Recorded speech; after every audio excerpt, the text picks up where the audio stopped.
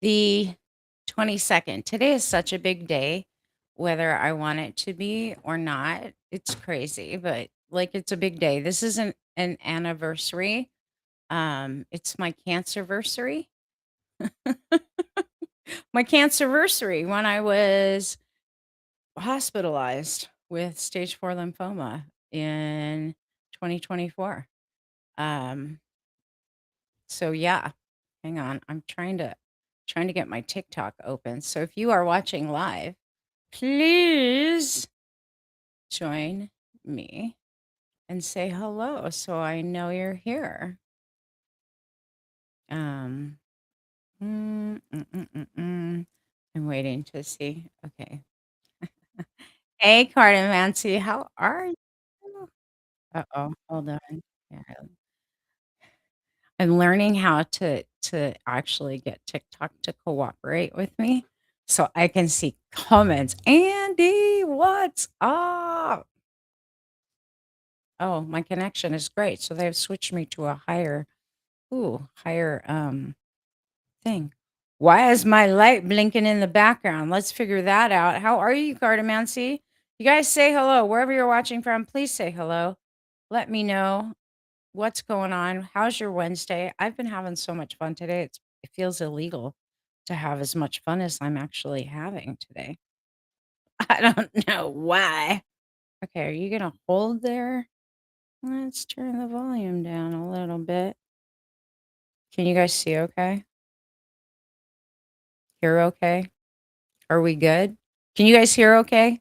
I just want to make sure because I had to turn all my equipment on and my computer's been busting a move. Why? Why are you changing? I want you to just hold. Whoa. I'm trying to get my lighting in the background. Like it's doing weird things. Weird things. You guys on TikTok can't see the lighting. Okay. Did you guys watch my videos? I was on a post in frickin' frenzy today on all the platforms. Um and oh my god.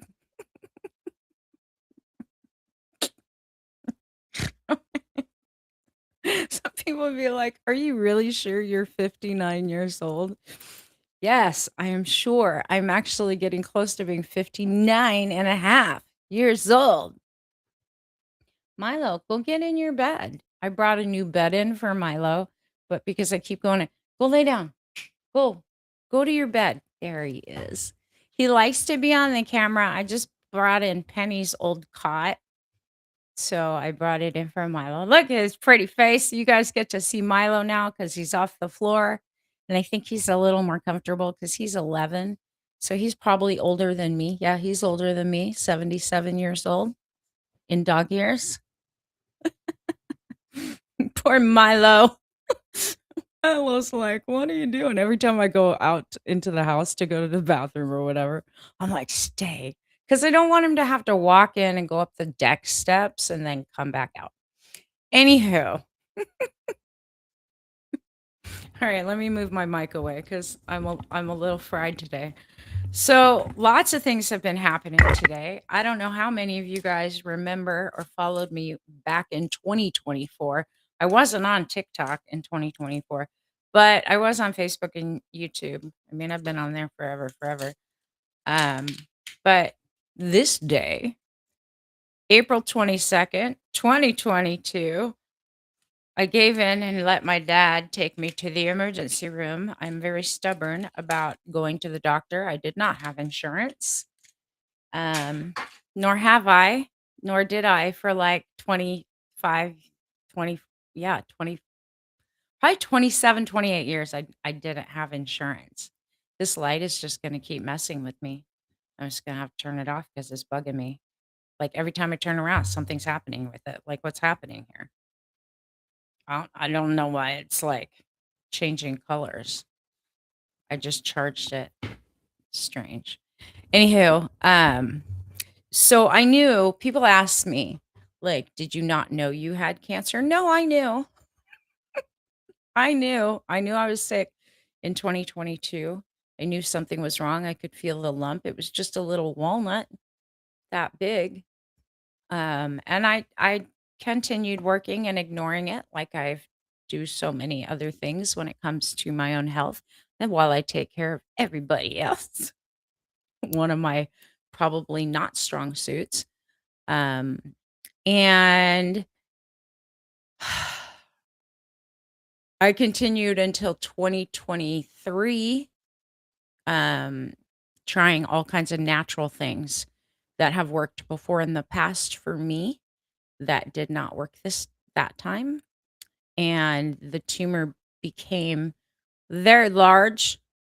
So here's one of the ways I knew it was cancer because I've dealt with stuff like this before. When I pushed on the tumor, A, it hurt, and B, it had its own pulse, which you're not supposed to have. Your stomach shouldn't have a pulse.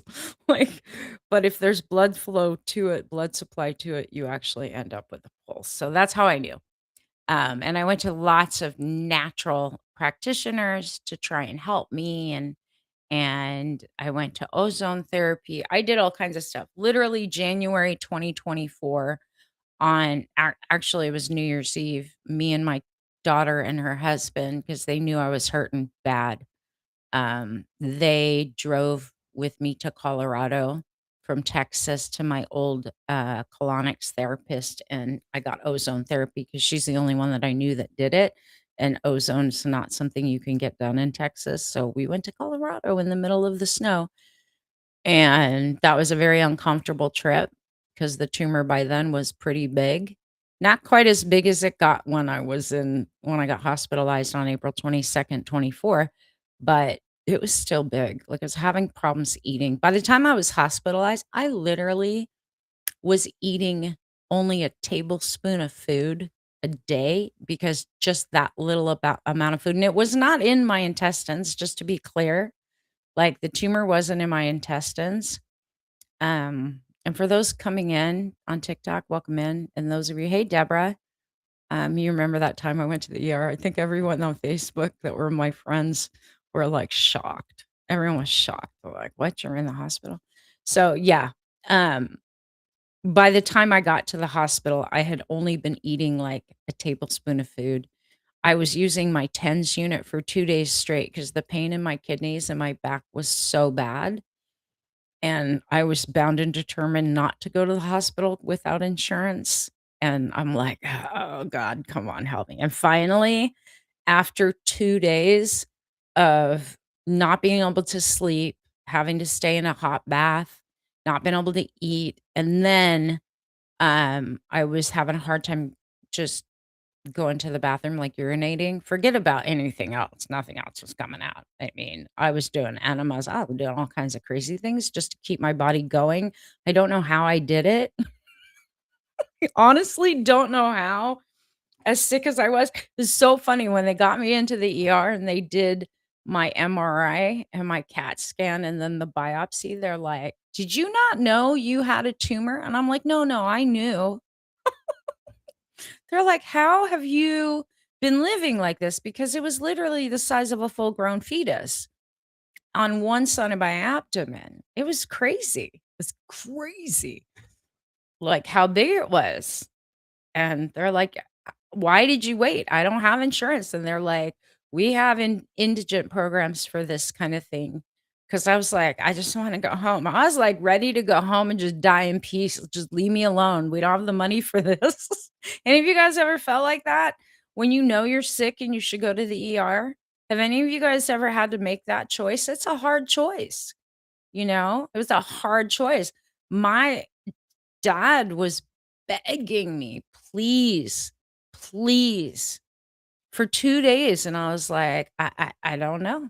I can't go. I don't have insurance." And he's like, "I'll pay for it." I'm like, "You don't need to clean." So when they wanted to hospitalize me, and they hospitalized me right away because I had, to get a stent put into my kidney because the tumor had gotten so big, it was crushing my kidney, and the my like, I couldn't go to the bathroom, just like I say freeze frame? What's freeze frame? What's freeze frame? Many times, cartomancy, I know you have. And the thing is people like us, cartomancy, people like us that have really high pain thresholds, it's even worse. Like, I have really naturally low blood pressure, right? Like, I just have always had really good blood pressure. When I was in the emergency room, my blood pressure was up to 174, and apparently it had been like that for days, and the only time my blood pressure goes up is if I'm in extreme pain, and when I was hospitalized, I was absolutely in extreme pain, like, um but it's worse because we do have high pain thresholds. So we can kinda ignore or deny how bad something is before we actually go and take care of it. You know what I'm saying? I'm sure those of you who have high pain thresholds know what I'm talking about. Cardamancy, I know you know what I'm talking about, girl. So, that's where I was. Right? You too. I know you. I know you do. Yeah, it's crazy. So we put up with a lot. Meanwhile, my family's like, "What the hell's wrong with you?" And they kept asking me to do something earlier, months and months before this. Um, but like I said, I went in January on New Year's to Colorado to get colon hydrotherapy done from the therapist that I used to share an office with when I was doing health practitioner stuff in Durango, Colorado. So it was a long trip. It was a long, long trip when you can't eat and your stomach hurts and you're going back home where you used to live and it was crazy.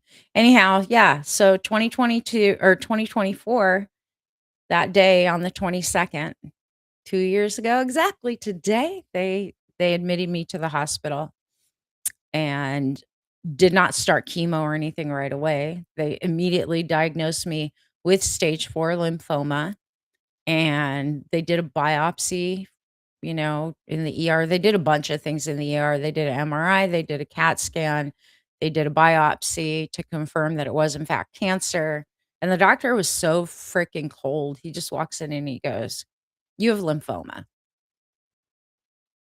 stage 4." Like, no preface, no, like, this might come as a shock. I was not expecting stage 4 lymphoma. I mean, I knew it's cancer, but you how do you deliver news like that to someone and just be like, "You have" like, who does that? Doctors need to learn some bedside flipping manners when they deliver news like that, and I was like, I need" they don't have any bedside manners, right? Like, "I need a minute, before you admit me into the hospital for a flipping week." And then they wanted to immediately schedule surgery with the urologist who I ended up totally disliking. That ended up costing even more. Mind you, I did not have insurance. So, while they did allow me to get on the indigent program for some of this stuff, the indigent program doesn't cover everything, and it doesn't cover the doctors, and it doesn't cover medication, like, it doesn't cover a lot of shit. So I knew, like, this is gonna cost me a fortune, and for those of you who were with me back then that donated to the GoFundMe that my daughter set up, y'all saved my life. I don't know if you really know how hard it was for me to let her set that GoFundMe up. For any of you that have donated to other people's GoFundMes and you've seen stuff like this come by, like, it's a hard thing to ask other people to care enough about you to donate to save your life. Weird as that sounds. I've donated to plenty of them, I still do, but, like, for me, myself, it was a hard ask. My daughter's like, "Mom, like, you don't" literally, they're telling you, "You have cancer, stage 4, like, you're being hospitalized. They're gonna they gotta do what they gotta do." And in the month of April, I was hospitalized well, from April to May, to Mother's Day weekend. I was hospitalized a second time during Mother's Day weekend because there were complications from the stent they put in, and my condition was going downhill really fast, and they didn't think I was gonna make it through the weekend, and the oncologist I didn't my insurance that I did end up getting didn't kick in till June 1st.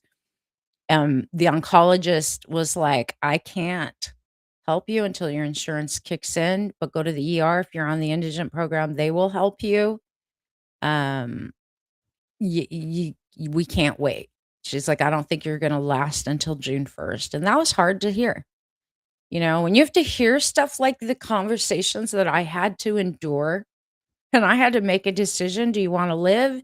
And I always said, like, I'm never gonna go through chemo or radiation, and then I have to go back on a belief, which is one of the reasons, like, I try and tell people all the time, we all have beliefs, but sometimes your beliefs aren't worth dying for. And that's not just about things like cancer.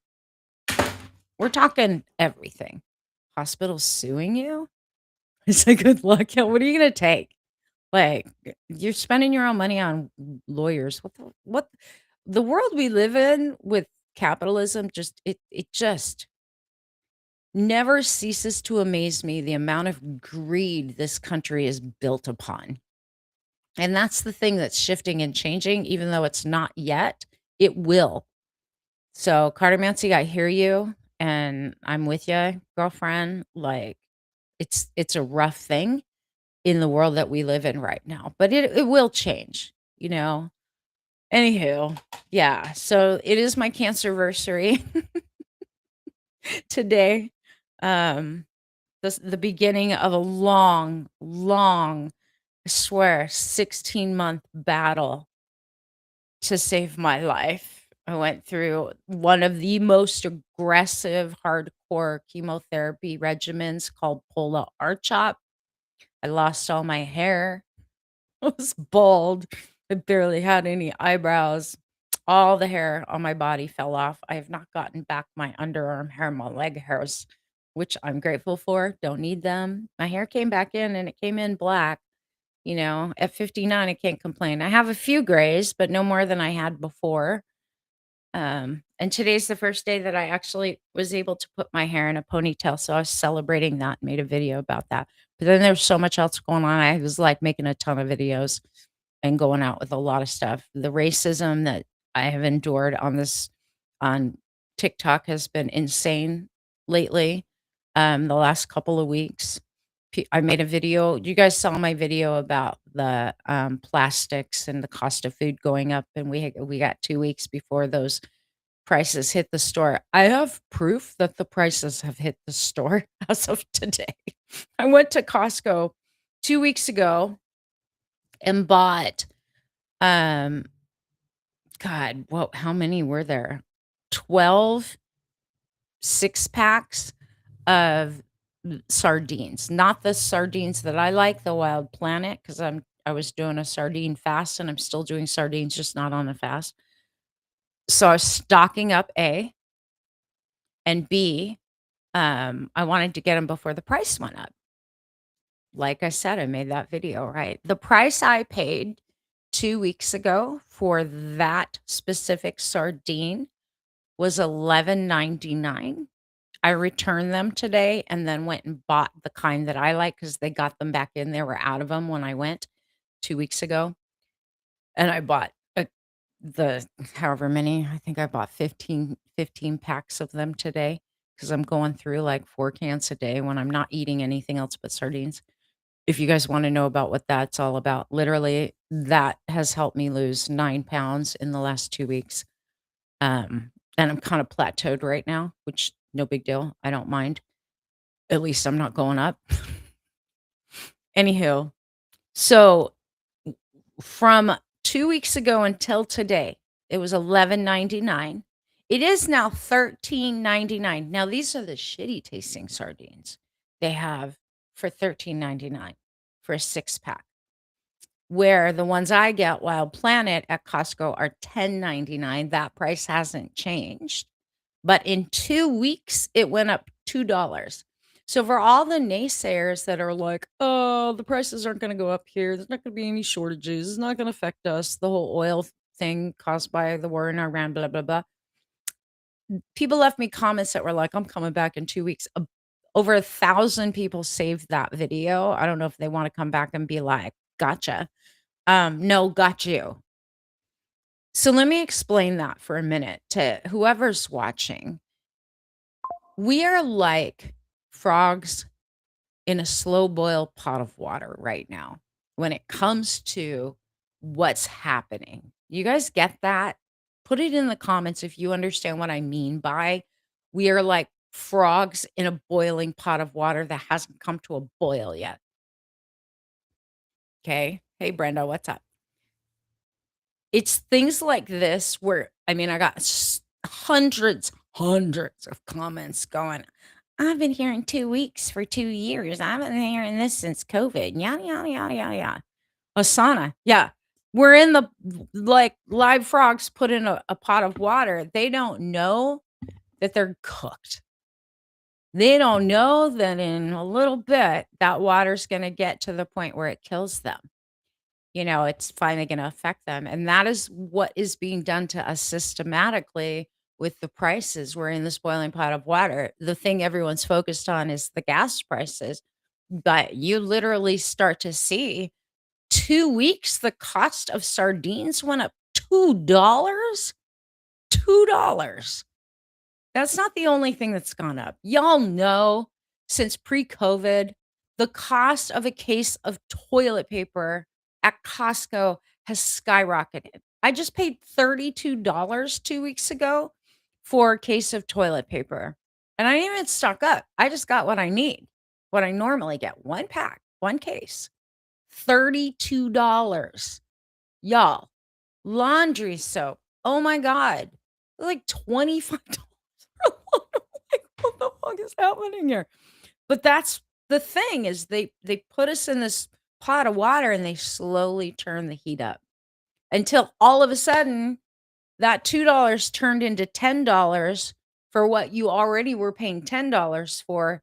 And now one item for $20. So many people can't afford that. Boiling frogs. And by then, the people that were naysayers and saying, "Oh, you're fear mongering. Oh my God, it's never going to happen here." They're the ones that are going to be the loudest crybabies, just like Tucker Carlson right now. Is that his name? I always want to call him Trucker. Tucker Carlson right now. We apologize. We're sorry.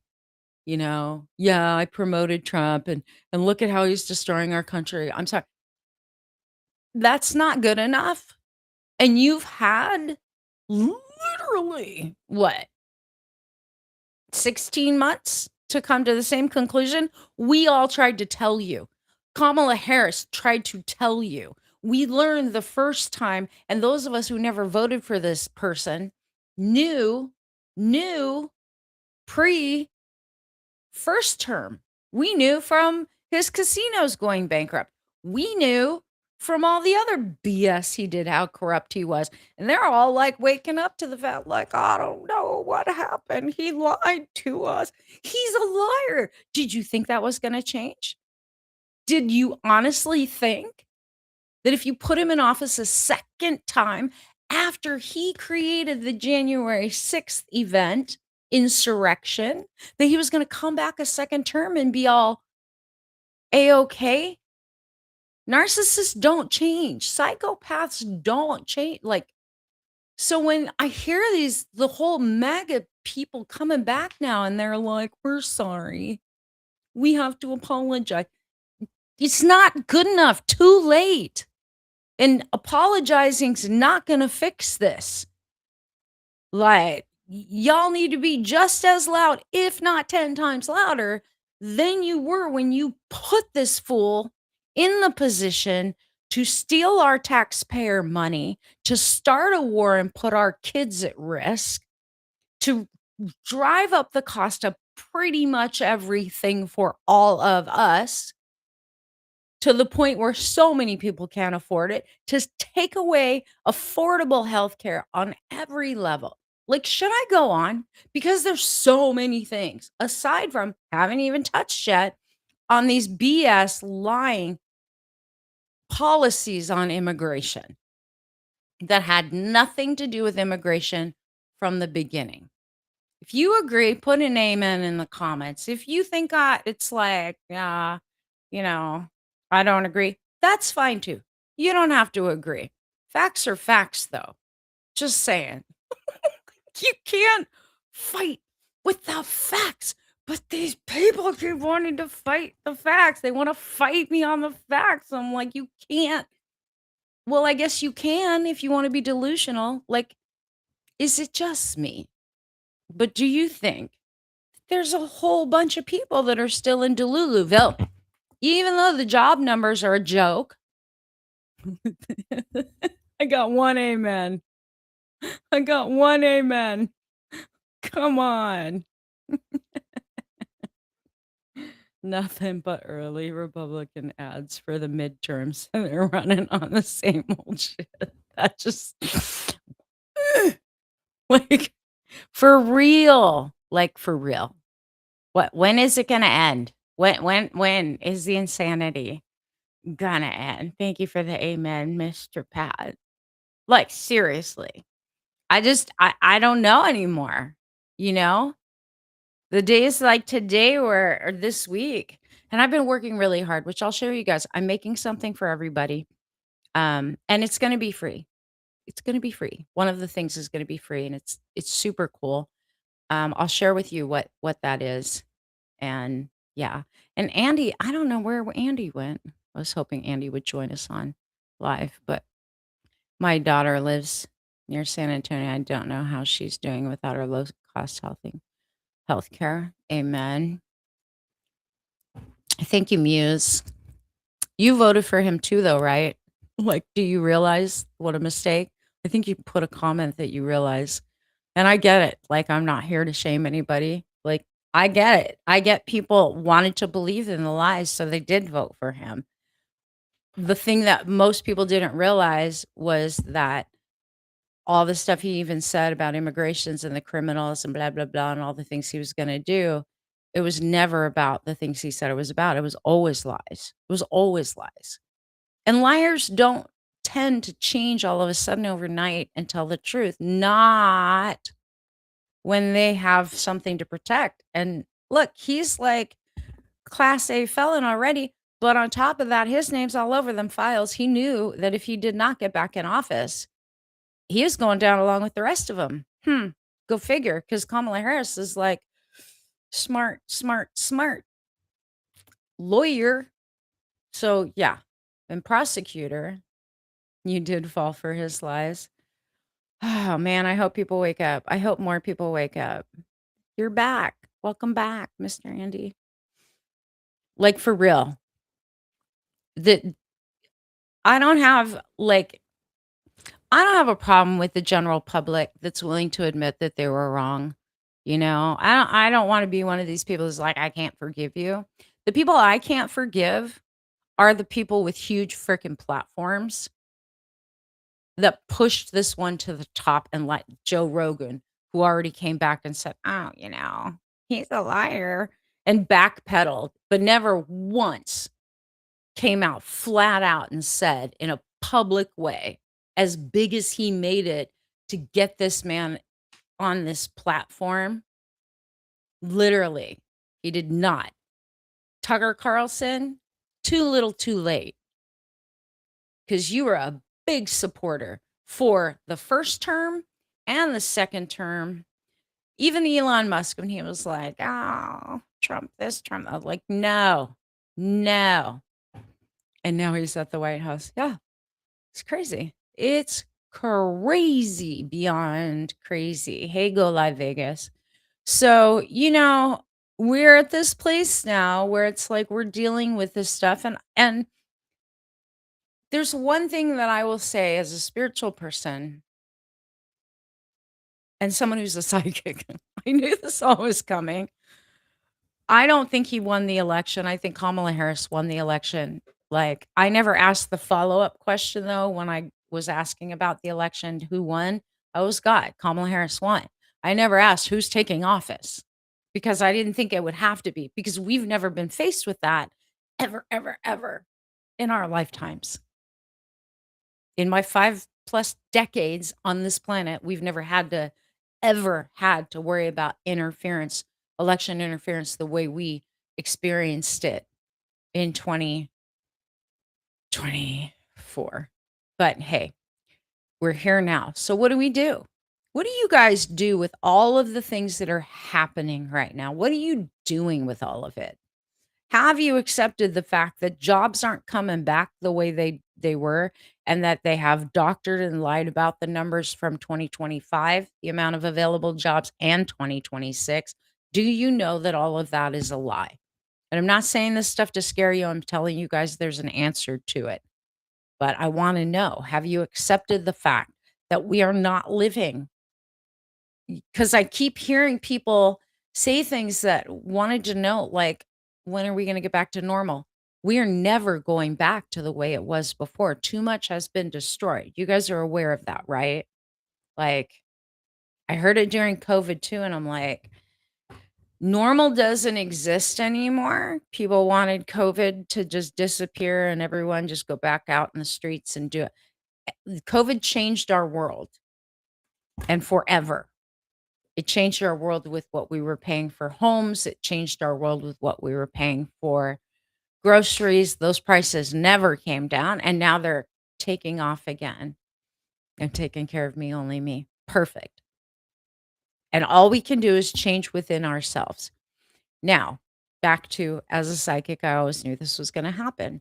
As far as this thing that we're transitioning into, those of us who have vision and get messages and do our studies and all the things, we knew that there was a point in time when those who rule by ego, those who rule from a place of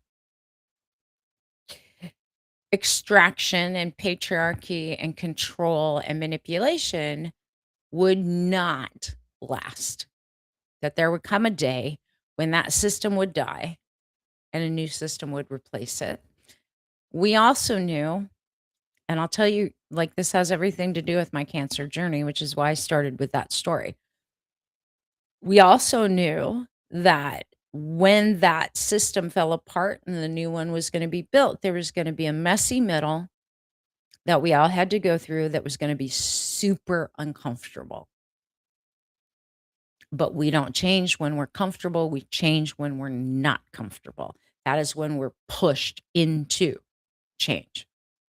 If any of you guys know someone that needs to hear the message about what we're talking about tonight, would you please share the video out? I would appreciate it. And if you are watching, make sure you hit the likes on TikTok, the like on YouTube, and on Facebook, and drop a comment in, because that helps the platforms push me out. I'm here for you guys, but I need you to help me help as many people as I can, because right now there's a lot of people that are scared and they don't understand that we're not stuck in this place of suffering. It's going to be uncomfortable for a little while, but what's coming is different, and it's being built right now in sort of the underground. It's not obvious what's being built. And for people who are used to relying on and being dependent upon these old structures that are dying, they need to hear this, because they need to get a few steps ahead of the crowd. I told you so, Carter Mency. I'm not saying I told you so.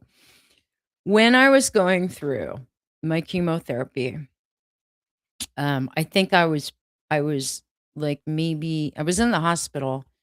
So I think it was my first treatment. I literally, I don't remember, and I might get the timing off, just because, like I was telling my dad today, the 16 months of treatment and all up until 2 months ago, my brain was not firing the way it normally fires. It's just now starting to catch up to speed the way I'm used to having a brain that works. Like, I've always been a super fast thinker. I've always been able to process things at an incredible pace and then break it down into very simple, understandable ways for people, right? You're telling I told you so. I know, right? Um, so I haven't had my brain, and I don't remember everything. Like, it's just, it takes a long time once you come out of treatment for your body to start to repair. But my brain's coming back. It's not 100% yet, but man, we're getting there. I can think, I can speak. I'm not like reaching for the words that should be there because I have a fairly decent sized vocabulary. But, there was times during chemo that I was just like, what's that word? It was a simple word, but it's amazing what happens when you have brain fog and neurological deficit because of toxins you're putting in your body and cancer. So, anywho, during that time when I was in the hospital, it was either the first or the second hospital admittance. Um, I asked God, like, why am I going through this? Like, what have I done? Every time you go through something big, whether it's divorce or cancer, we tend to ask that question, why me? How many of you guys know what I'm talking about? Put in the comments. Have you asked when you're going through something hard, lose your job, lose your relationship, end up with a shitty diagnosis, right? The first thing you start asking is, why me? Why me? Why is this happening to me? Why me, not my next door neighbor? What have I done? I've been a good person. Like, why me? I asked that question. Like so many of us, when something bad happens, we immediately are like, tell me why. Tell me why so I can fix it, first of all, but also tell me why so that um it doesn't have to keep happening like this. Thankfully, you're having more clarity. No, me too. I like it when my brain works because then I can create things and I can actually operate on the level and the speed at which I'm used to. So I appreciate it. Thank you, Deborah. Anywho, so I asked that, and this is what Spirit told me. Just a reminder for all of you, because I think you need to hear it if you have heard this before. Spirit said you are going to go through this process of full deconstruction. It's not going to be comfortable, it's going to be painful. But it's been so many years since you've learned how to be intentional and how to be conscious. It's been so many years since you've really had to face your own limiting beliefs because you've worked on them all these years that you've been helping people and that you've been awake and doing this work, that the only way for you to help people through what's coming. Mind you, this is 2024. Now, I've known about what's coming for many, many years, back when I was 26, 27 years old, had lots of visions about that. And I've spoken about that and wrote about it in my book. But they're like, we're here now. So you're going to go through it first.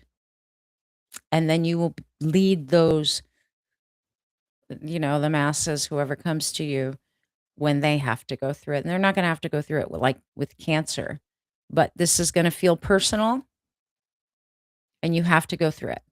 So deconstruction after a crisis, get through it. And then there will be a period of rebuilding, recovery first, and then rebuilding. I always want to leave out the recovery thing. Such a common thing. How many of y'all always forget about recovery? We go, crisis, problem, deconstruction, rebuilding. We forget about recovery. And recovery was a big, long process, and I'm still in it. It hasn't gone anywhere. Like, I'm still in my recovery mode. I'm not fully there. My kidneys they're permanently damaged because of the stent I had put in that the doctor did not want to take out. But he was forced to take it out. He was the reason I was hospitalized the second time. Because I was literally peeing quarts of blood. And he was like, no, we have to keep it in. No, take it out. Literally, take it out. And then by then it was just so far gone. My condition was bad. Anywho, what Spirit said was, what's coming, and this was 2 years ago, what's coming is going to put people into crisis and survival mode. They're gonna be scared. They're not gonna understand fully what's happening, and nobody wants to go through a deconstruction phase.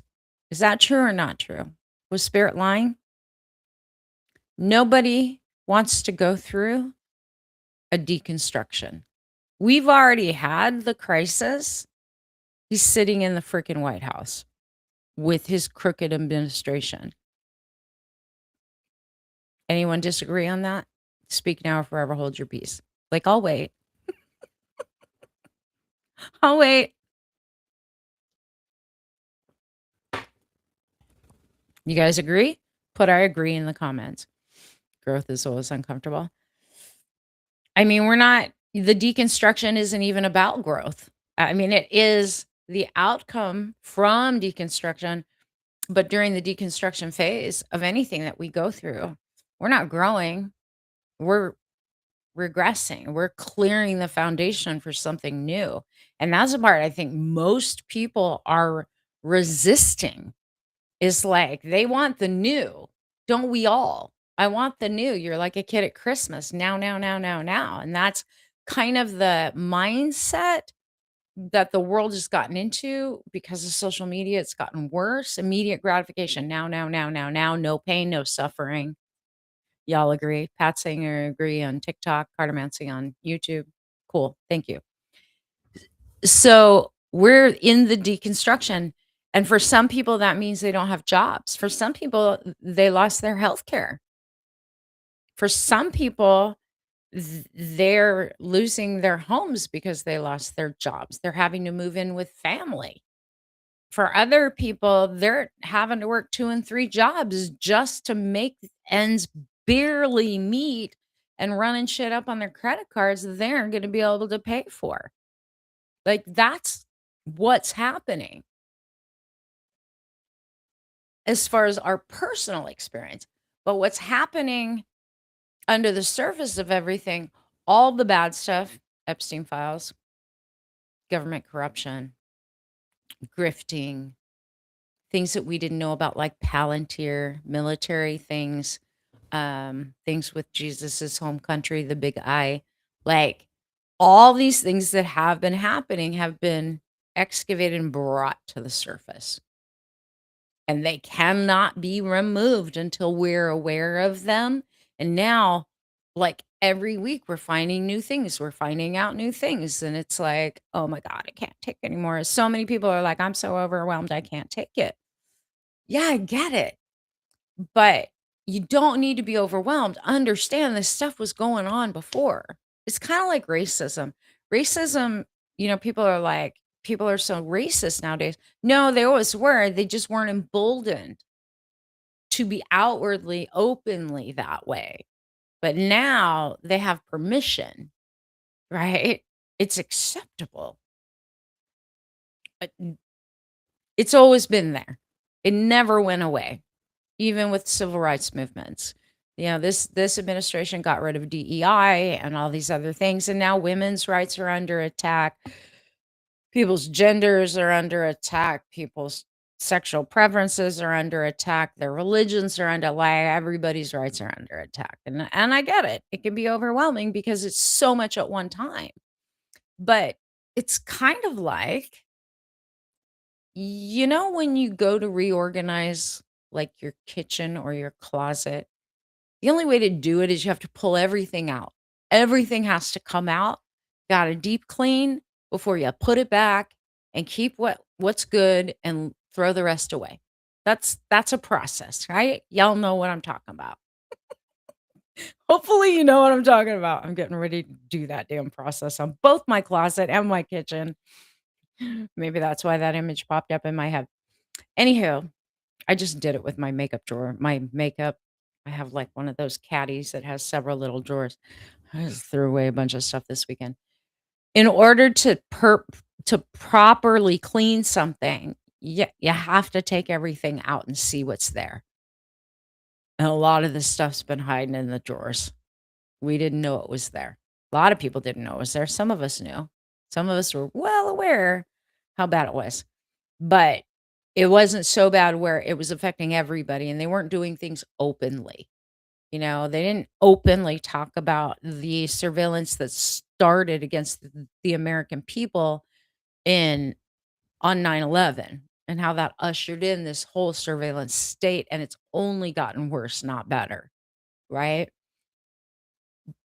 That was a long time ago. 9/11 was how many years ago? It's been over 2 decades now, and it's just gotten progressively worse. But did we know about Palantir and how embedded they are until the orange one got into office? No, we did not.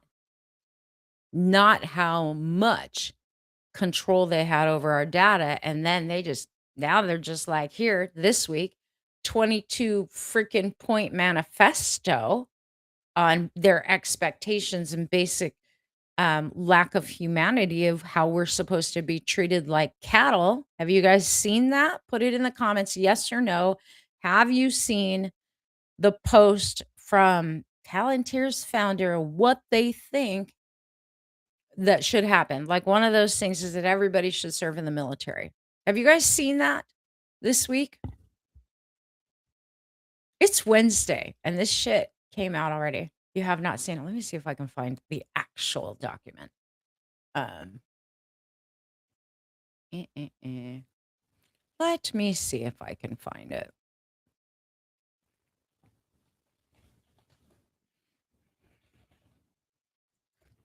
We shall read it.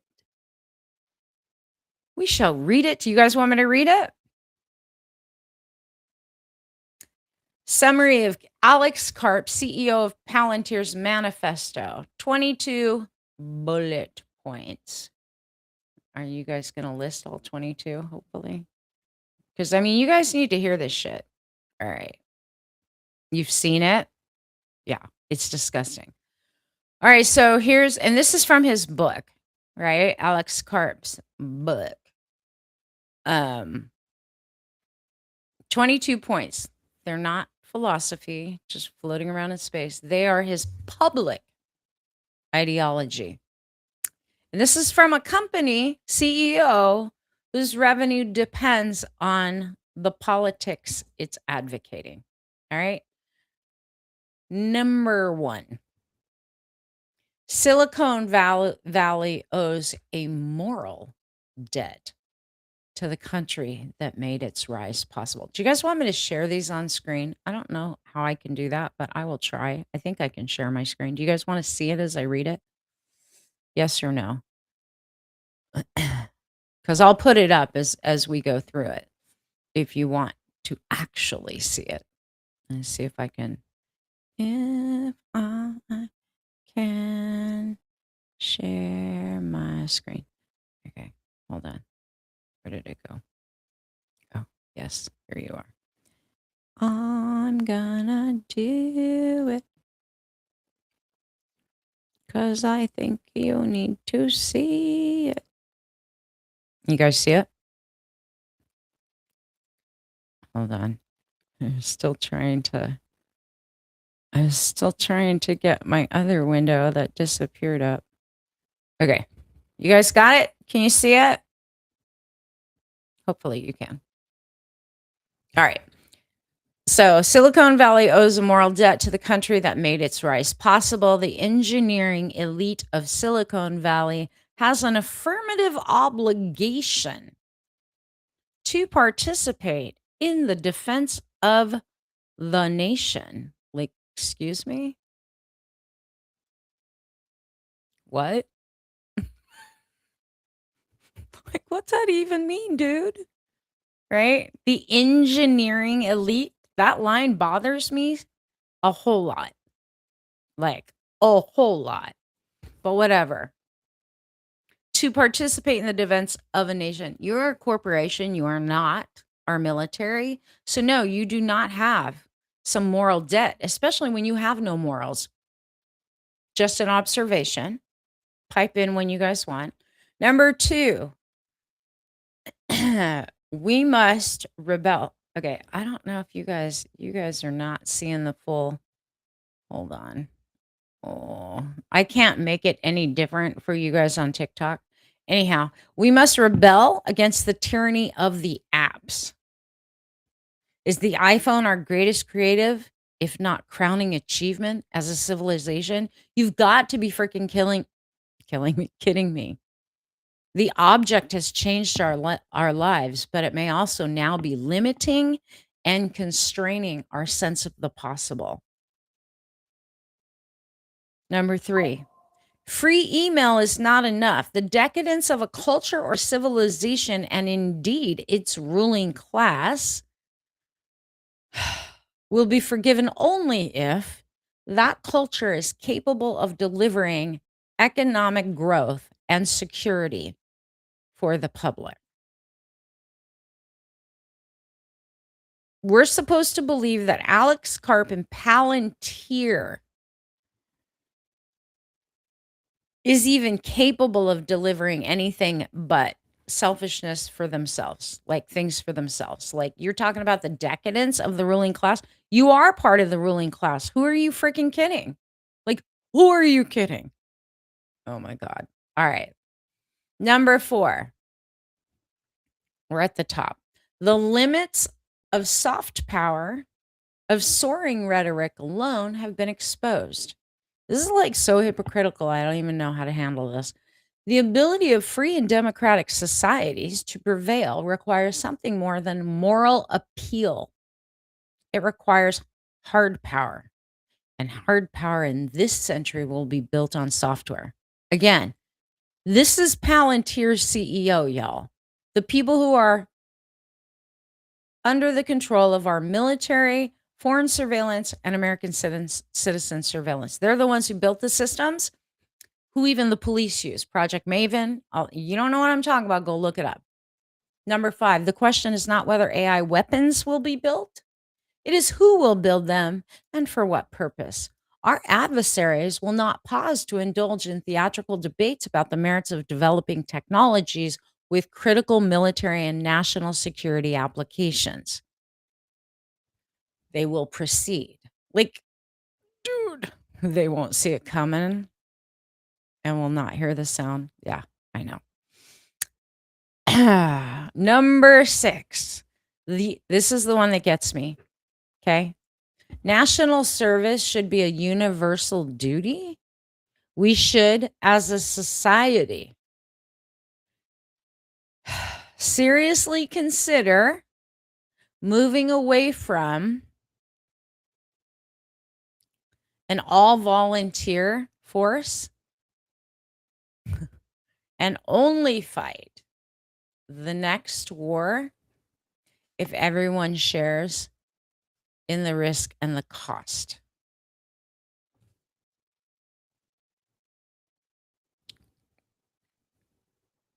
Now, Alex Karp and Peter Thiel, both of Palantir. I don't know about Alex Karp, but I know Peter Thiel is not even an American citizen. He's from South Africa. AI weapons are already built and in use. Exactly. Yeah. Like, who are you to be saying what our politics, our policy should be here in the US when you, sir, aren't even from here originally? But hey, whatever. All right, that's number 6. Number 7, if a US Marine asks for a better rifle, we should build it. And the same goes for software. I don't know if you guys are understanding what's happening right now in Iran, but our military members are not even like, they're rationing food. The food that they are getting right now, and it's been shared all over social media. This is a wonderful thing about social media that wasn't present during the Vietnam War. We can see everything that's going on. Everything that's going on, right? Everything. Literally, the BS that is happening to the US Marines and the Army and the Navy and the Air Force, like, come on. For them to be saying we should, him to be saying we should as a country be capable of continuing debate without the appropriateness of military action abroad while remaining unflinching in our own commitment to those we have asked to step into harm's way.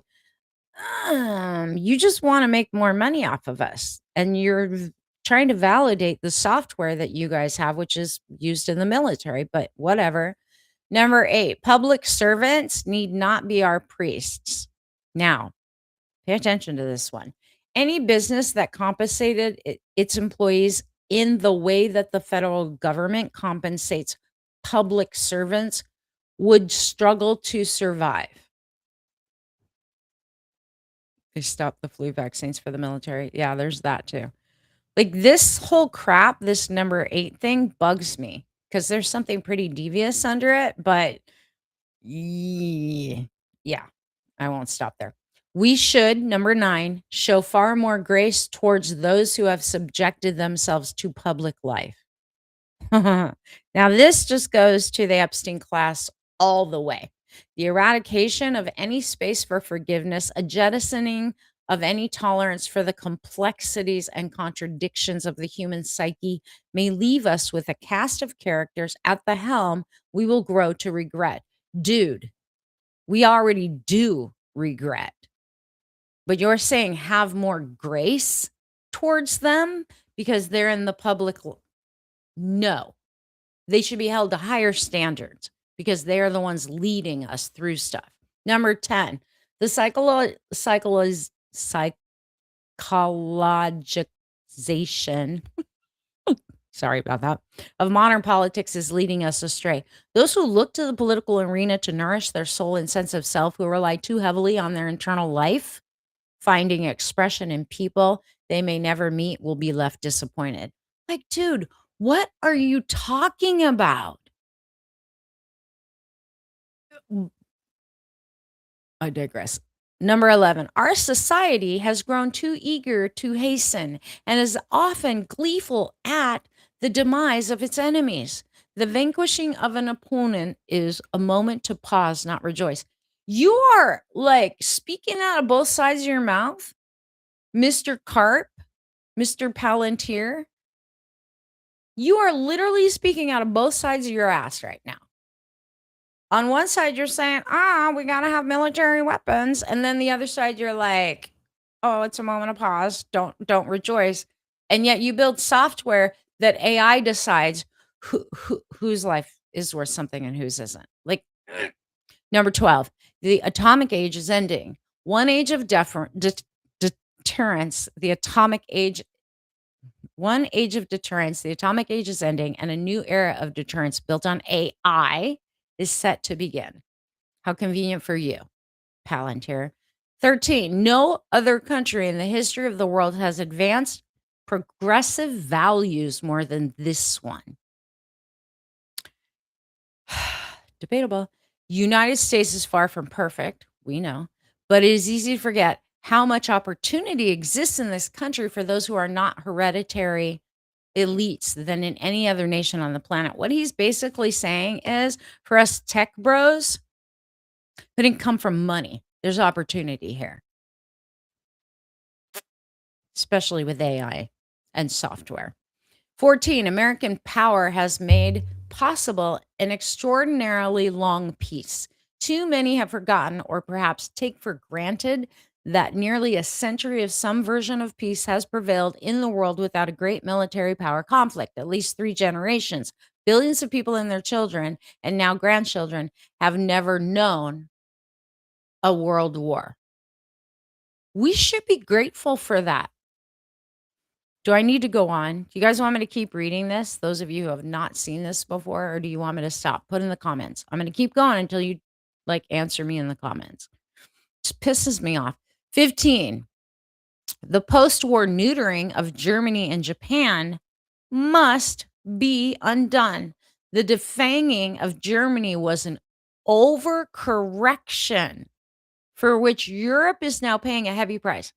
He is talking about what happened during the Holocaust. Got to be careful how I word this shit. The defanging of Germany was an overcorrection. A similar and highly theatrical commitment to Japanese pacifism will, if maintained, also threaten to shift the balance of power in Asia. 16. We should applaud those who attempt to build where the market has failed to act. The culture almost snickers at Musk's interest in grand narrative, as if billionaires ought to simply stay in their lane of enriching themselves. Any curiosity or genuine interest in the value of what he has created is essentially dismissed, or perhaps lurks from beneath a thinly veiled scorn. So we should celebrate Elon Musk and how he co-opted the election results, how all of these billionaires are ruining our lives along with building data centers that need tons of water and power. We should celebrate them because, they built where the market failed to act. So let's celebrate Carp and Teal and Musk. No. 17, Silicon Valley must play a role in addressing violent crime. Why must Silicon Valley? Why? Question for you guys. Why? Many politicians across the United States have essentially shrugged when it comes to violent crime, abandoning any serious efforts to address the problem or take on any risk with their constituencies or donors and coming up with solutions and experiments in what should be a desperate bid to save lives. Are we supposed to believe they care about saving lives? Like, are we supposed to believe that Alex Karp and Peter Thiel, who have outright said multiple times publicly that data can be relied upon, humans can't? Are we supposed to believe they actually care about saving anybody's lives? Just asking for a friend. I know, I'm pissed too, Cardamensi. 18. The ruthless exposure of the private lives of public figures drives far too much talent away from government service. The public arena, now I want you to think Epstein files. The public arena and the shallow and petty assaults against those who dare to do something other than enrich themselves has become so unforgiving that the Republic is left with a significant roster of ineffectual empty vessels whose ambition one would forgive if there were any genuine beliefs structure lurking within. You want us to believe, Mr. Carp, that it's just because y'all want to enrich yourselves, we just need to shut up, sit down, and let you do whatever the hell. I know they generate violent crimes. Like, this is so ridiculous. Why I wanted to see if you guys actually read this shit.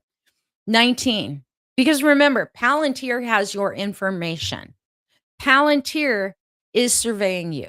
Palantir software is used in police stations across the globe, not just the US.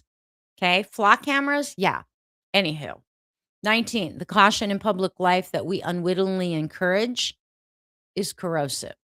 Those who say nothing wrong often say nothing much at all. Dude, go ahead, justify your bullshit. 20. The pervasive intolerance of religious belief in certain circles must be resisted. The elite's intolerance of religious belief is perhaps one of the most telling signs that its political project constitutes a less open intellectual movement than many within it would claim. Now, mind you, Carp does not believe in God. And he's saying, like, the elites, you are one of the elites. Like, who are you kidding, dude? The corruption has never been so blatant. I know, it's scary.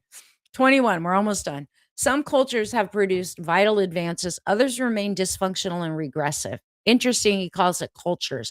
He doesn't want to say the word race, but that is what he's saying. All cultures are now equal. Criticism and value judgments are forbidden. Yet this new dogma, calls that dogma, glosses over the fact that certain cultures and indeed subcultures have produced wonders. Others have proven middling and worse, regressive and harmful. They want nothing more than people that just look like them and think like them. Just saying. We must resist the shallow temptation of a vacant and hollow pluralism. We, in America, and more broadly in the West, have for the past half century resisted defining national cultures in the name of inclusivity. But inclusive into what? There it is. Your 22 points. Like, it's so freaking ridiculous that like it was released this week, like they made it public, and reading those 22 points, I was like, it's double speak, number one, because he is an elite. His company, him and Peter Thiel's little company, are responsible for more BS software Thank you, Andy. That is has ruined people's lives and continue to ruin people's lives.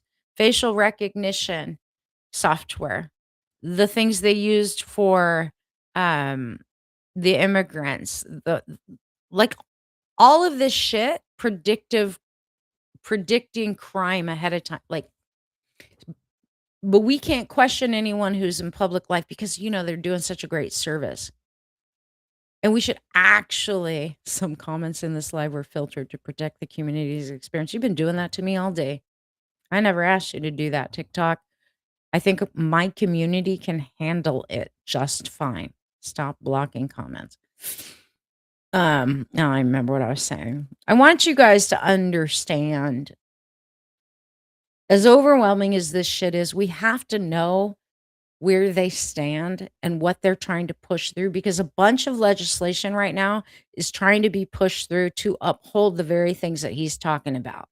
The elite continue to not have to pay the consequences for anything they've done, right? Because they're in public service. Like, as if that's a hall pass to being a criminal. Like, suddenly in America, that's your hall pass because we've had a freaking felon and all of his cronies put into the White House. And we're all supposed to just go on business as usual and not question it. Like I said before I started reading the 22 points, all of this stuff is coming up so that we can do something about it. We can't fix something or change something if we don't know that it exists. And all of this stuff's been going on. Palantir was funded originally, do your research, originally seeded by venture capitalist money. But guess who the venture capitalist was? Some of you know this. Put it in the comments if you know. Who started and seeded Palantir? Peter Thiel and Alex Karp's corporation that's so hell bent on surveillance. You guys know who seeded that with venture capitalist money? Angel investor? Right after 9/11. They've been around that long. It was the CIA. And that is public record. It's not hard to find. Go look it up. The CIA, the Central Intelligence Agency. Our government seeded that company. Private owners, because they needed a corporation to be the fall guy in case there was enough pushback, but there hasn't been pushback. Hasn't been enough pushback. Truly. This is the crap we've been dealing with all this freaking time. Everyone needs to be aware of all the stuff. The fact that Crash Patel is like being investigated for having an alcohol problem, when we've all seen the videos from when he was at the Olympics. He flew there on our dime. He spent millions of dollars. Had to take 14 planes for the food and all the vehicles, all the stuff, just to go watch the Olympics. Never, ever in the history of the United States have we had more corrupt spending of taxpayer dollars for luxuries and nonsense, including Cosplay Christie's bullshit with the airplanes. Like, it's over the top. I don't know why TikTok's like literally blocking comments, y'all, filtering them to protect our community's experience, but they are. So I can't see your comments if they block them. Is what it is, right? They've been doing it. They've been folding all of my comments the last 3 days for the posts that I've been putting up on TikTok. They keep folding my comments. But they got rid of Petty Betty this week. Like, a bunch of the creators that are left leaning are getting deleted off the platform. Y'all know where to find me, right? Like Facebook, YouTube, Instagram, my own website, Substack. I'm everywhere. I'm everywhere. I'm on everywhere. So make sure you know Bernadette Gold, and the number one is usually how you find me on all those platforms. But just in case, just saying, just in case. I'm not doing anything wrong, but I don't think Petty Betty was either. She was just telling the truth, and apparently truth telling gets you banned from TikTok. What's funny is the post I made today, earlier today, which was a reply to a very, very racist comment that I got on a video that had close to 300,000 views on it from about the plastics. I got more engagement on Facebook, which is unheard of, from strangers than I did on TikTok. And for hours, my videos will say 0 views, no comments until I click on it, and there's actually a ton of views and comments, but TikTok's making it seem like nobody's watching. Like, so I know they're suppressing me, and that's okay. That's cool. Do your thing, TikTok. Like, you do you. It's not gonna make me shut up. I will always tell the truth. So make sure you follow me on YouTube because the censorship over there is nowhere near. I don't think I've never had a problem over on YouTube. I've never really truly never had a problem even on Facebook.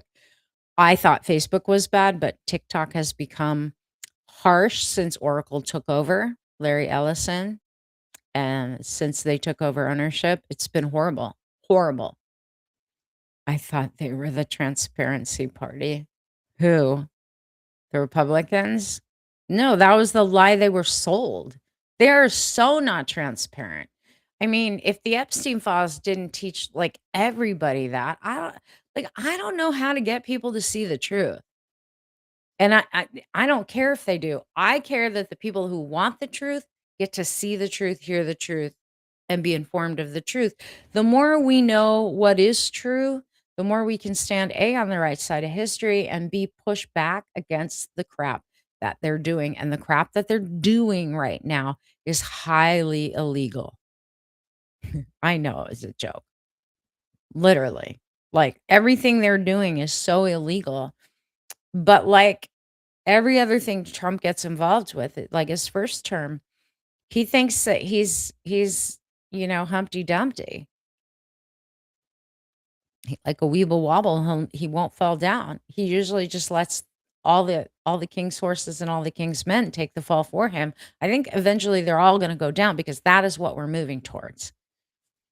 If you are in Hidden Wisdom and you watch the monthly forecast and the yearly forecast, y'all know everything I predicted is pretty much already happening. I've seen it in the news today where they were talking about how um, the connection between BB and the orange one is literally falling apart, and that the military action and support from the US will no longer be there, that there's this big breaking apart and a breakup. I predicted that. We will see that. There is hope. Right? There's hope. GOP chairman of House Oversight has canceled all hearings. They want to suppress the truth. How can he do that, Andy? How can the GOP within the House Oversight cancel the hearings? Like, this is when literally we need to hit the streets and not go home until this shit is dealt with. Like every other country would do that.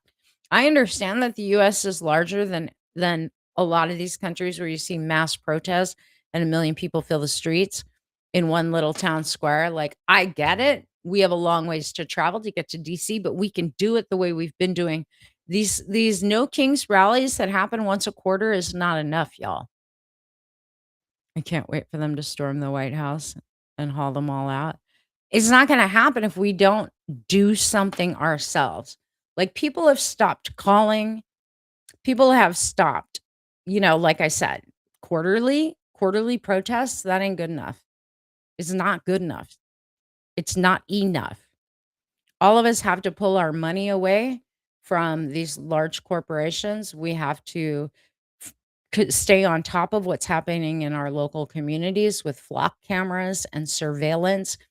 And we need to push back against our own city councils and our state legislature. Like, I live in Texas and shit is so corrupt here, it's not even funny. I can't wait for the midterms so that we can get Hot Wheels out of here because he has destroyed this state in so many ways. I know a lot of people like him that are on his side of the party, but The average person knows he's full of shit, and he kowtows to the billionaires in Texas. That's never changed, and it probably never ever will, and that's okay too. Anywho, I am getting ready to start recording the second series for my new podcast. If you have not watched the first series, it is full, it is dropped. It was released on the 11th, and it is all about the attack on the middle class and how to survive it, right? Even if you're not an executive or professional, like, listen, read between the lines. I'm speaking to everybody. In the second series, I'm going to talk about the solutions that are already in existence, solutions that people have not thought of, things that we can do to take the power away from the super elite and the super wealthy and ensure that we have what we need moving forward. This period we're going through of deconstruction will continue for a while, and I'll continue talking about it in such a way that you guys have ways to handle it. But I've been creating something for everybody that is very useful and perfect for this time because Spirit told me to do it. And it's a big endeavor and it's a big project for me. But I got the first part of it done and completed, finalized yesterday. I'm not going to release it until all the pieces are in place. And I took Andy through it yesterday. Um, And it's a income generation, like an income archetype quiz is what it's called. Like it's to help you understand what archetype you are and if you have what it takes to generate income on your own outside of the system. And it's very deep, like every freaking thing I do and create. It's very deep. It's very in depth. And the way I created the scoring system, and I've created many versions of this, iterated many versions of this until I got it exactly the way I wanted and tested it, and it works and it works the way I want. And it's very, very accurate. So it's not just a normal quiz, but it's completely free. So I created that free quiz. It'll be available. I'll let you guys know when it drops. Beyond that, I'm also creating a blueprint for people, a system that I've been using with my private clients. Um, but I'm gonna release it. I've taken people through this and done it for them and with them. Andy's saying the quiz was super accurate. But I've never, like, just had people go through it on their own, so I'm having to go and really kinda dumb down the directions and instructions, um, so that anyone can do it on their own, and it's pretty intense. I mean, I'm creating a whole blueprint that has, like, 11 sections to it. And it's only gonna be $57. Like, I could sell the thing for $200. I'm selling it for $57 because I wanna help people. That's almost done, but I need to test it on multiple cases, people that are tech savvy, people that are not tech savvy, and make sure that it is exactly the way I want it to be and that the output is exactly the way I want it to be. Like I said, I've been doing this myself with clients. I've never, like, opened it up for people to do on their own, so it's taking a lot because I'm having to create, like, programming for it, to help the process along. So that's comes after this income architect quiz, which archetyped. I keep saying architect. Income archetype quiz, like Andy said, it's super accurate. The income generator blueprint, like, that's pretty cool. And then after that, um, once you figure out what you can do to create income on your own, I'm also creating something that comes on the back end step by step. Mind you, I've been an entrepreneur for 30 years, more than 30 years, and I've run people's businesses, right? So literally my vast knowledge I'm dumping into a foundations for starting a business, like as a solopreneur or a small business, how to do it step by step by step, from how to set the business up properly to how to find your clients or customers, how to market yourself, how to handle social media, and how to get the attention you want on social media. Like, I've been in marketing for a very long time. That was the corporate job I left when I was 28 and I'm 59. I was the director of business development. I ran the marketing and sales team for a large leasing company. And before that, I was in marketing and sales as well for a number of years. So this has been like always. And when you're an entrepreneur, run your own business, you have to do marketing. So it doesn't have to be hard. And if you know what you're doing, it's amazing. So all of that is, I have to put all those pieces together in order so that once I release the quiz and the blueprint, y'all have like everything available to you step by step by step. And then once it is all released, I'm going to be doing weekly live streams for free for anyone to come in and whatever questions you have, you can get them answered during the live stream. Of course, people who took the foundations course, which is step by step video course, do it yourself. Um, they will be prioritized as me answering their questions, but anyone can join those. So,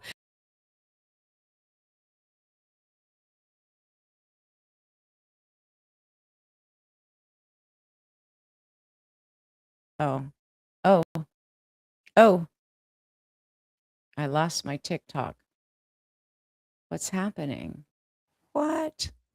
Are we back on? I don't know what happened. TikTok. Like, what just happened? Can you guys see me and hear me on TikTok? And can you see me and hear me on YouTube and Facebook? It said my connection was lost, which I think is a streaming issue, not a me issue. You can see me. Yeah. So I think Restream dropped it and then brought it back. Anyways, so that's what I've been doing. I'm in creation mode because my brain is working. I can actually put together things because I have seen nothing but video after video after video of people that are like, I lost my job.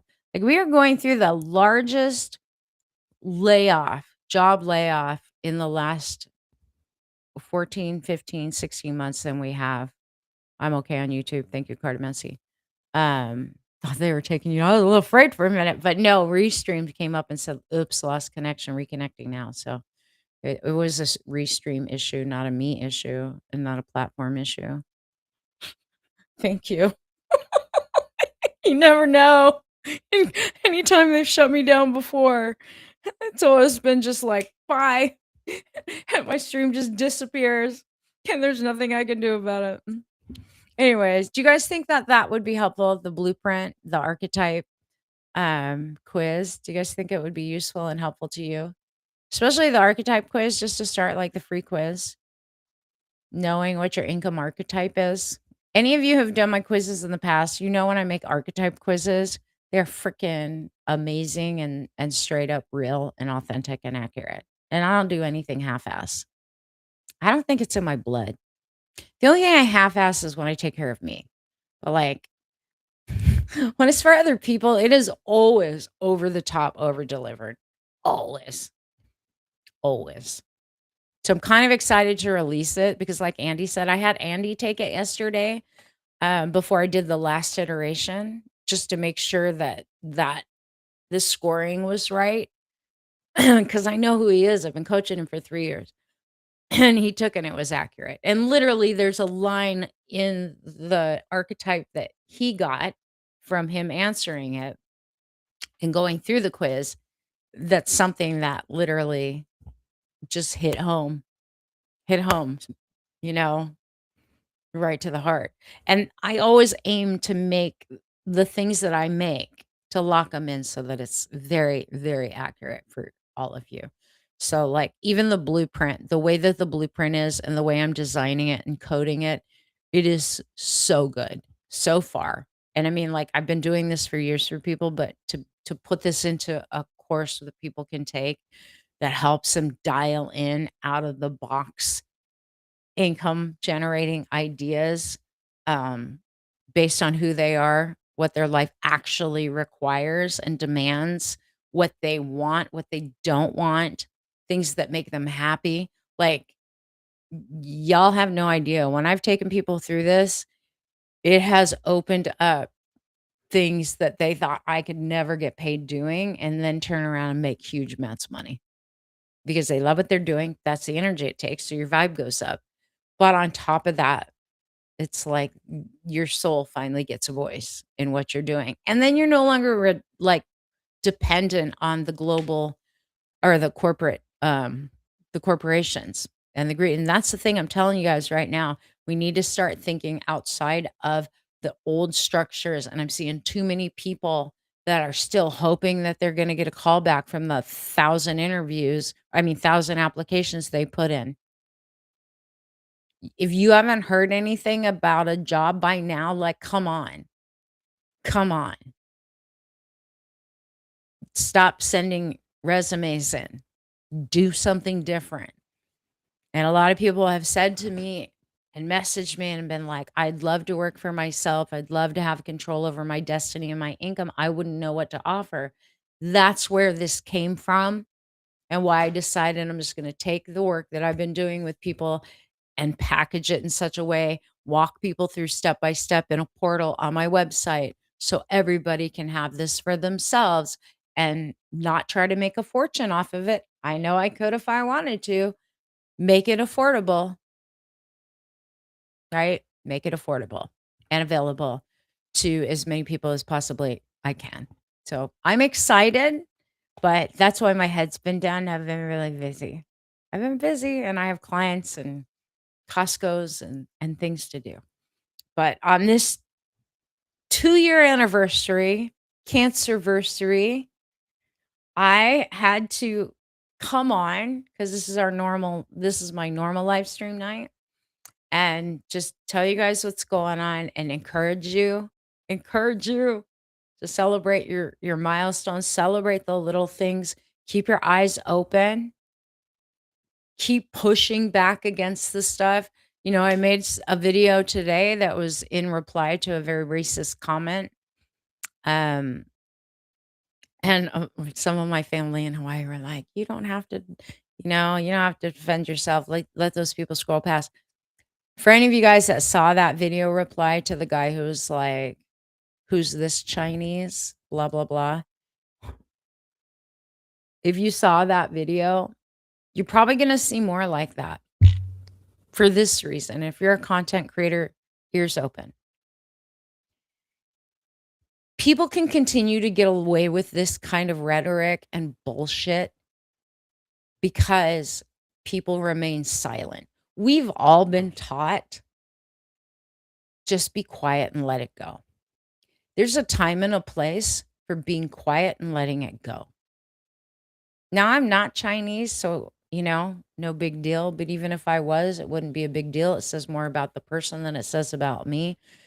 However, and that was on the post about plastics and food costs and everything else. But he left that comment today. There are too many people with platforms and voices remaining silent about a number of issues, from politics to the ICE raids to the downright rude racism and attacks on minority communities. And if everybody were just quiet while they went along their merry way and were rude, like, we are condoning it and you're complicit in your silence. I will not be complicit in my silence. I will stand up for myself and anyone else. And I'm not going to let this hate go by without bringing it out. You have the balls to leave a comment with your handle, your social media handle on my post. Game on. Hold my beer, even though I don't drink. Because now everyone knows who you are. And your comment that got lost in 1,500 other comments is now out there for all the world to see. So you think you can get away with this shit? You think it's okay to call people names? You think it's okay to make fun of other races because you're emboldened by an orange buffoon? Cool. But what you post publicly gets replied to. And I'm not going to stay silent for that reason.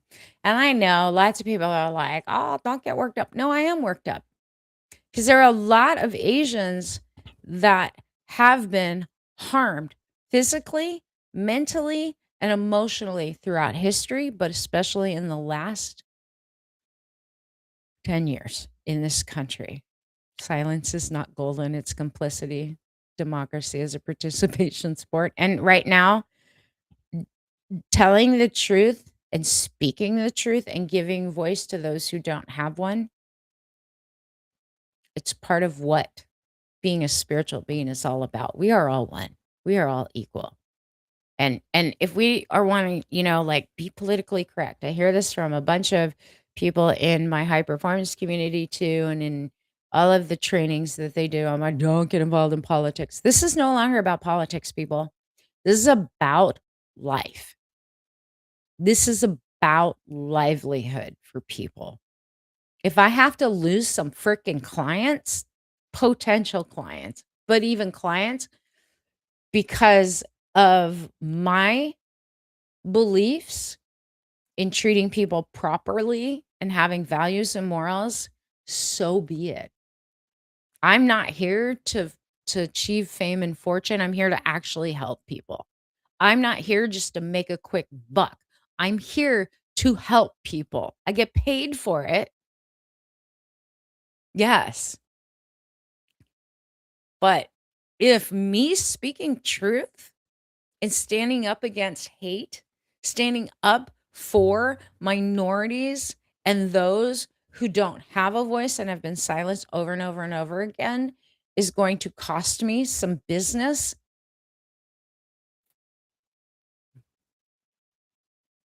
that's fine.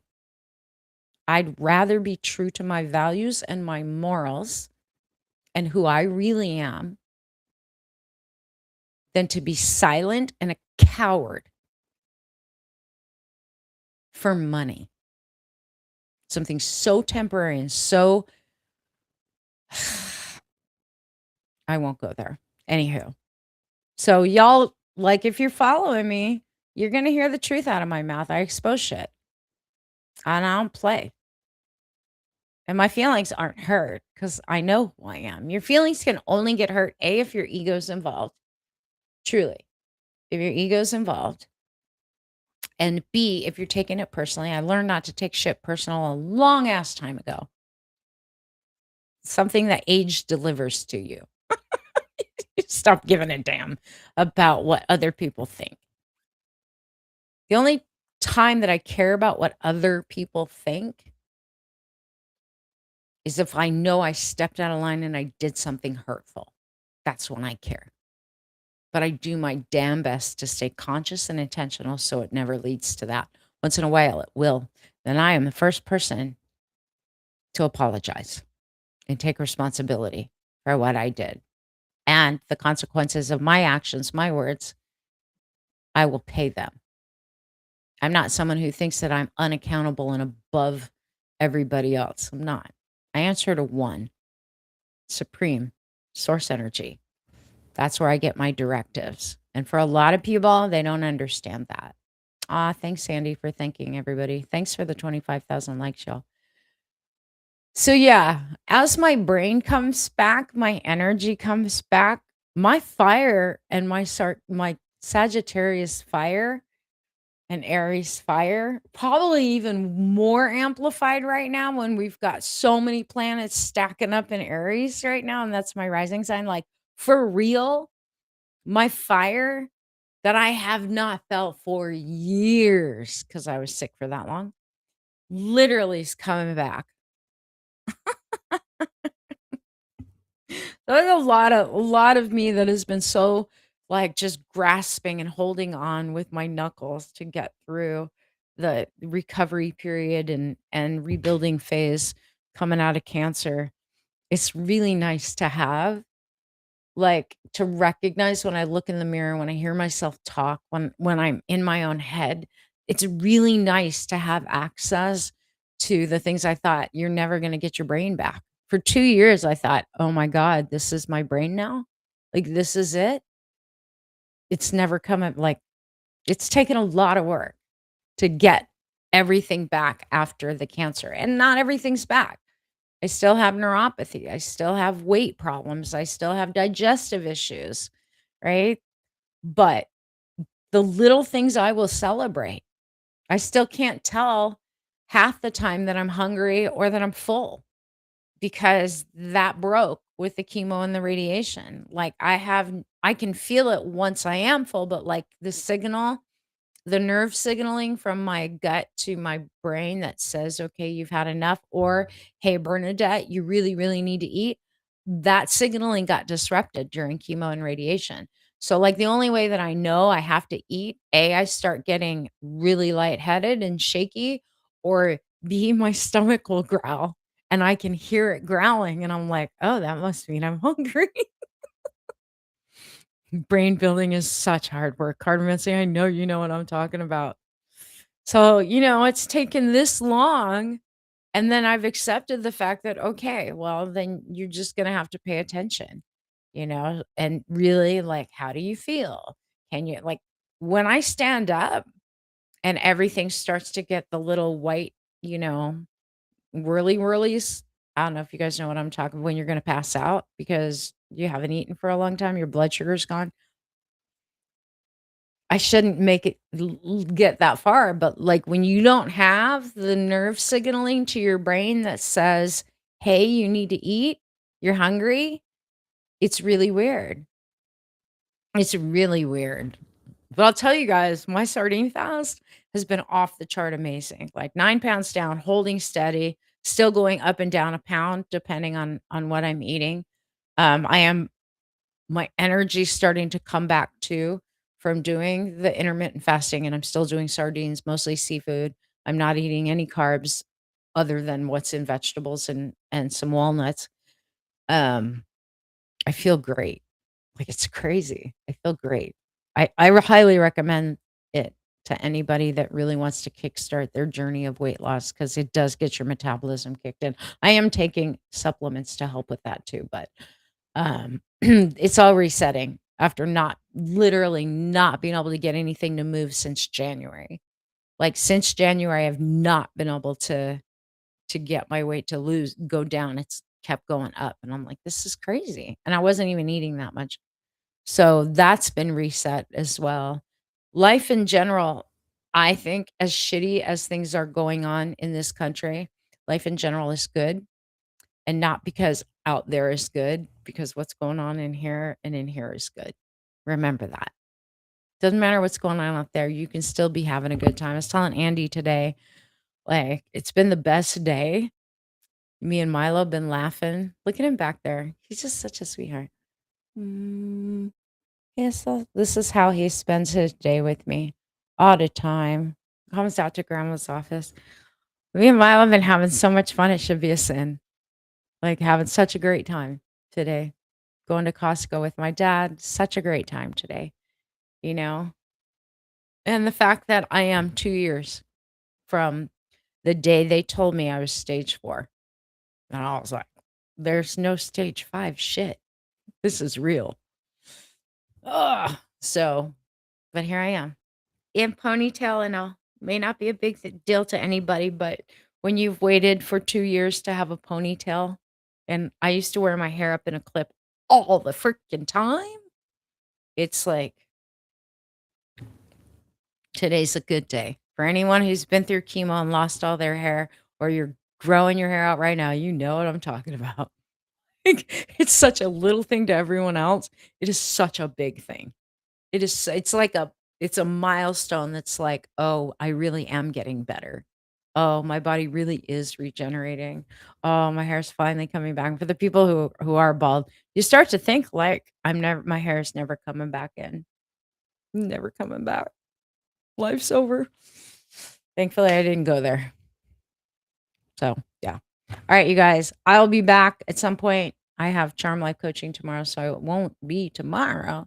Maybe Friday if I'm not knee deep in this project that I'm working on, or Saturday. What do I have this weekend? Yeah, I'll be back later in the week, and I'll share some more things with you. We'll see what other news comes up. Um, don't stay quiet right now. Speak your truth. Speak it out loud. And if you can't do it because you don't have a platform, share my videos out, please. And thank you. Share my podcast. I will be recording series 2 next week, but I'm like, I was going to drop a whole second series. And I think what I'm going to do from here on out, after the first series dropped 12 videos or 12 podcast episodes, I'm going to do one episode at a time, um, like a week apart. But I got to catch up on some things first. And I'm still waiting and letting this new podcast do its thing, since I did drop 12 episodes at once. And if you haven't watched it, go find it on all of the platforms. It's called Bernadette Gold Unfiltered. And leave a comment, download the episodes, like it, share it, all the things. I really, really, really appreciate you guys. I love you. You have no idea. I love, love, love you, even if we've never met and we've only spoken through chat. Like, our hearts are big enough to love everybody. Love is a choice. And I choose just to love all of you. Love ya. Unless you're orange. Sorry. I can't do. The sarcastic queen in me honors the sarcastic queen in you. You guys have a good night. Happy Wednesday.